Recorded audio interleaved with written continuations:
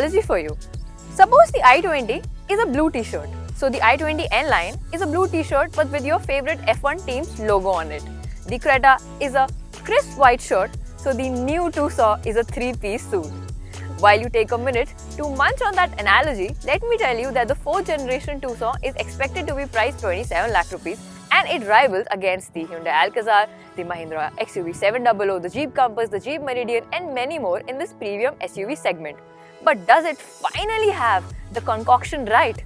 Well, this is Arshi Rawat, you're watching Express Drives, so let's find out.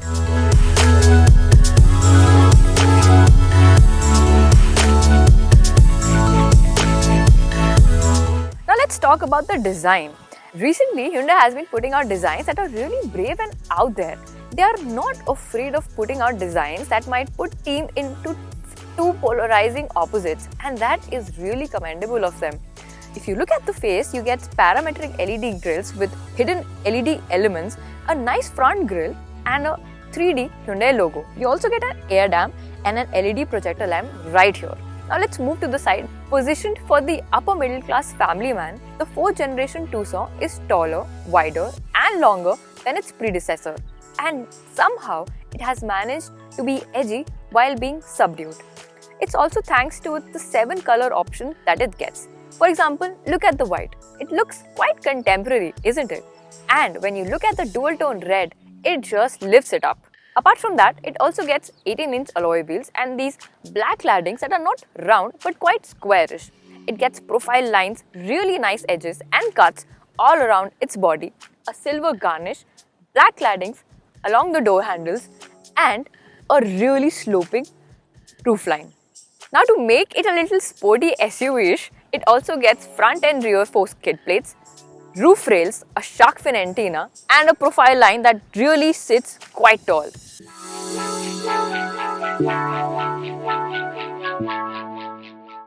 Now the rear is where the two polarizing themes which I was talking about will come to fight, because there is a lot going on at the rear. You have the faux plate, then the black body cladding, the stop lamp, the body paint, the parametric tail lamps that connect into a single tail light, which we've seen in a lot of other high-end cars as well. It looks quite good. And then you have the windscreen. So there it looks quite busy, although I like it. In my defense, I also like Aura's tail lights, so that's a discussion for some other day. One really nice thing is the rear washer and wiper are nicely and neatly tucked away inside. Now the boot lid is operational with just a single touch mechanism. And once it opens, you get a really nice parcel tray. Though it's a little flimsy, so it will not support a lot of luggage or anything, just your little knickknacks you want to for decorate or anything, and can be removed from the way pretty easily. You get a massive boot space which can be further increased by reclining the seats, which is, the button is right here. You also get a 12V socket and a harness to lug in your luggage really well. Now there's a great thing about the Tucson is that it gets a full-size spare wheel, but only with the diesel variant. The petrol variant gets a little smaller one. And if you want to increase the space, wait, did you ask how big is the boot space? Challenge accepted. It can be closed with just one button and it's really quite. See you on the front side.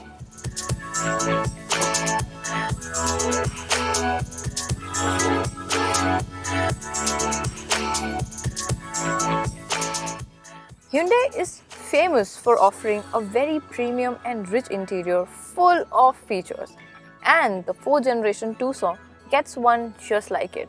You get a dual tone beige and dark grey interior with layers that kind of resembles like a waterfall in my opinion, and you get a host of mixed materials such as you get leather, you get piano black finish, you get matte black finish as well, and a mix of both soft and hard touch plastics. Build quality and material quality is quite great. For example, look at the front door. It closes with a really nice thud, and not like some other flimsy SUVs that are out there. It shows that it has a lot of metal. Plastic quality is great overall. However, I do have a little complaint about the flimsiness and the lightness of the indicators and the washers. For practicality, there are a lot of features that will keep you very happy and honestly very busy in this cabin. The seats are beige and leatherette and offer you a lot of comfort. They bolster you really well and hug you in position. For practicality, you have a host of features such as ventilated seats that can be heated and cooled.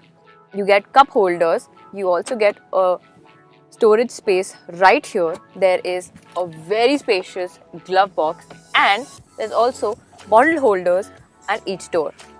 You also get two USB ports and a 12V charging port. Hyundai has completely eliminated physical touch buttons and everything is just on the touchscreen for your seats, for your air condition and for your volume as well. While we'll come to the feel of the steering wheel later, there are also a lot of steering mountain controls for the assisted lane driving. That's part of the ADAS. You get cruise control, you also get controls of your phone here as well. And of course, how can I forget? You get a massive panoramic sunroof here as well.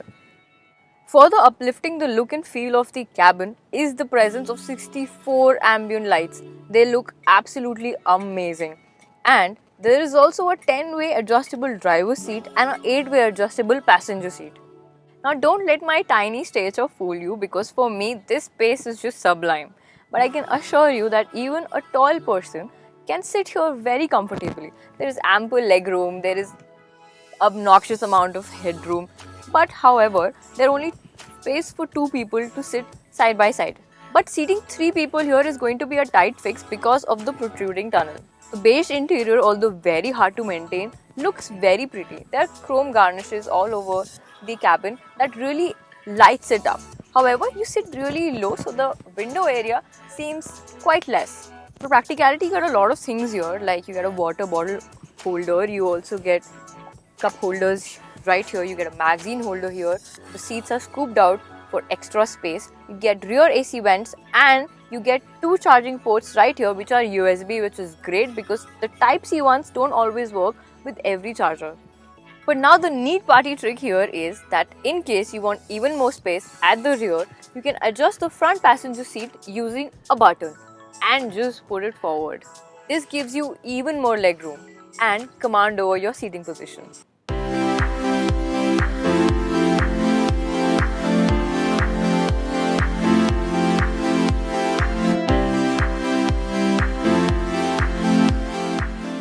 So it's been a while since the Hyundai Tucson was revealed in India, and we also have a very extensive video explaining its ADAS features that is going to be linked somewhere up here and in the description box below.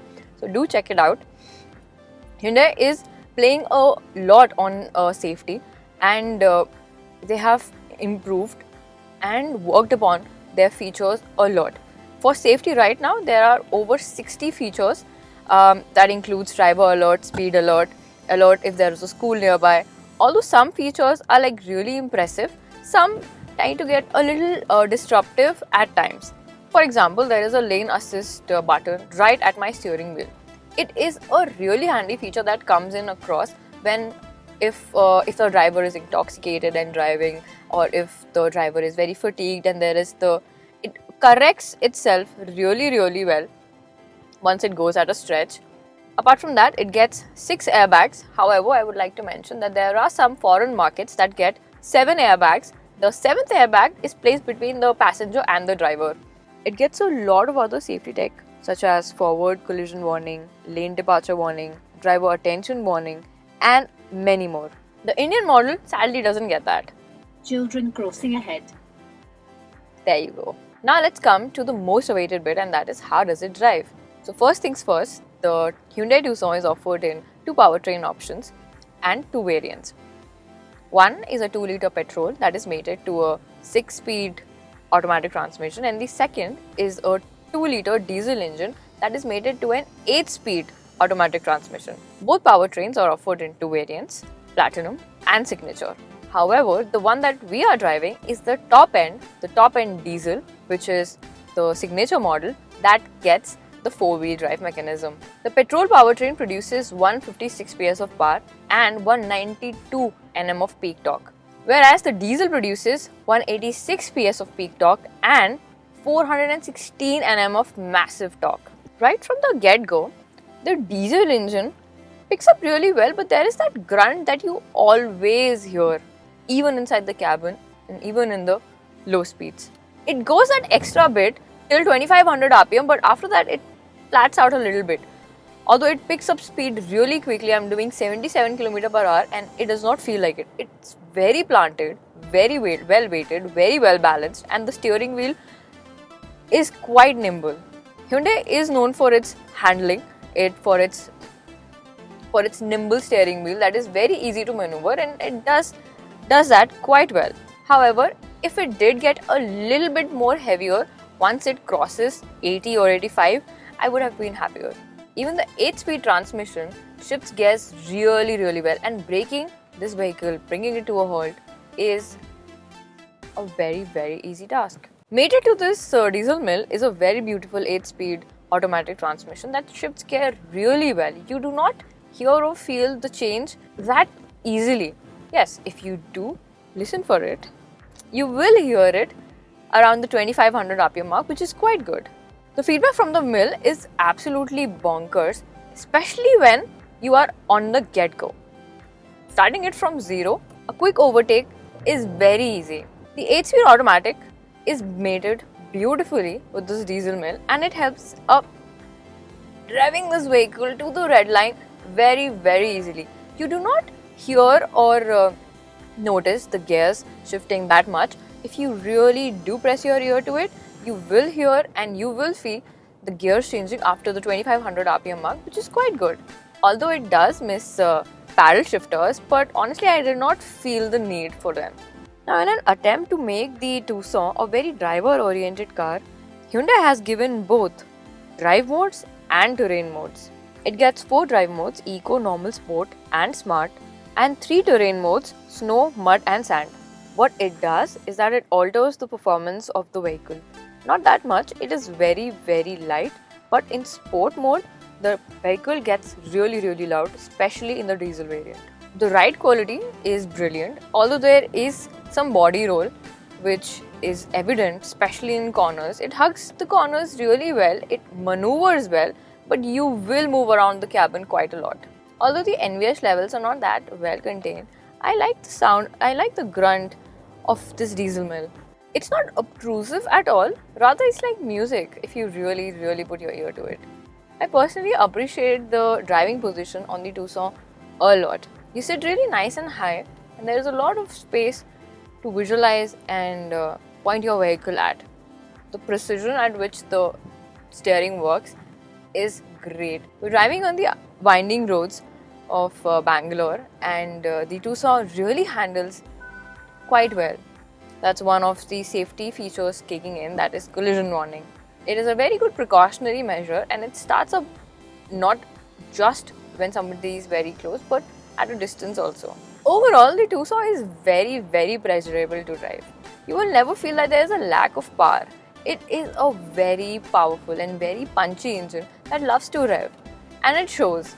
It's easy to maneuver, easy to handle. However, it could have added a little more weight when it increases in speed, but that's alright, something that we can get adjusted to.